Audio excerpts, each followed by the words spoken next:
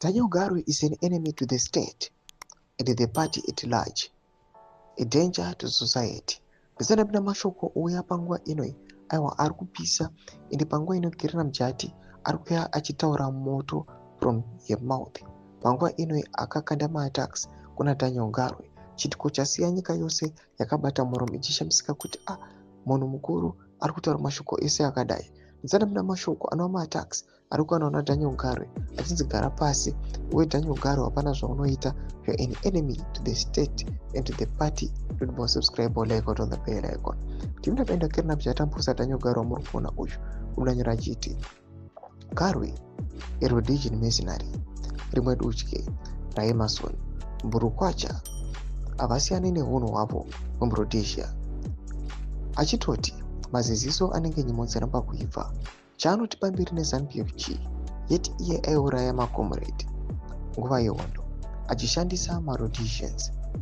Chazonaka paZANU-PF nhasi iye aishandira the oppressor.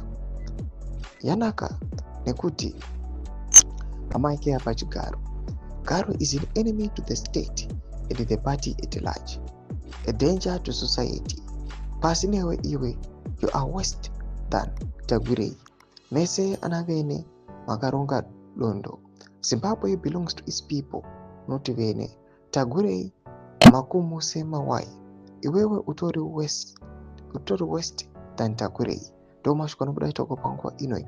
Na kiruna mjati achita hashtag ED must go. Hashtag Garwe Rhodesian mercenary. Hashtag so say no to Mbava. Doma shukano itoko na kiruna mjati achidismissa Daniel Garwe.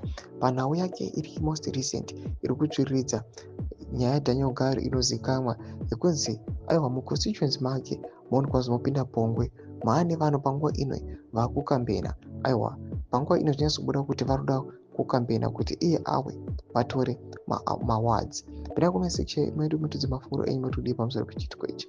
So subscribe or like chat on the bell icon.